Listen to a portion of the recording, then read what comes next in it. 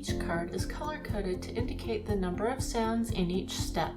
The darker the color, the less sounds the step has. 1-sound cards have a dark purple color. A 2-sound card is slightly lighter. A 3-sound card is slightly lighter than that. A 4-sound card is even lighter, and a 5 or more sound card is the lightest. It is important to note that the color is associated with the number of sounds in a step and not the number of counts a step may take to perform. We will talk about how to rhythmically count the steps in another video. On each card is a chart that explains the step. We'll show you how to read this in just a minute.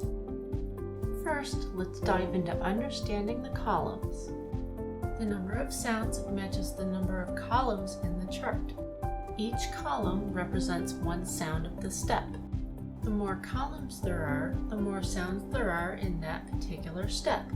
Also, the more sounds there are, the lighter the color on the outside of the card. Now let's learn the meaning of the rows. The first row of a 1-sound card describes how to move your feet to make that sound.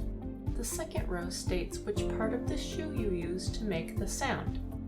In order to understand this, look for your tap shoe map card, which refers to each part of the shoe by number or by letter. Now that you know how to read the 1-sound cards, here is how you read the cards with more than one sound. All the well-known tap steps are just 1-sound steps combined together. The first row in the chart tells you which 1-sound steps you'll be using. The second row of each of these cards shows you which foot to use. R stands for right, L stands for left. It is important to understand that any tap step can be done on any foot. The reason that this row exists is to tell you whether or not you switch feet during the step. The third row shows which part of the shoe to use while making the sound. Just like a 1-sound tap step card, you will need your tap shoe map card in order to interpret this row. Our next video will cover the tap shoe map in detail, so stay tuned.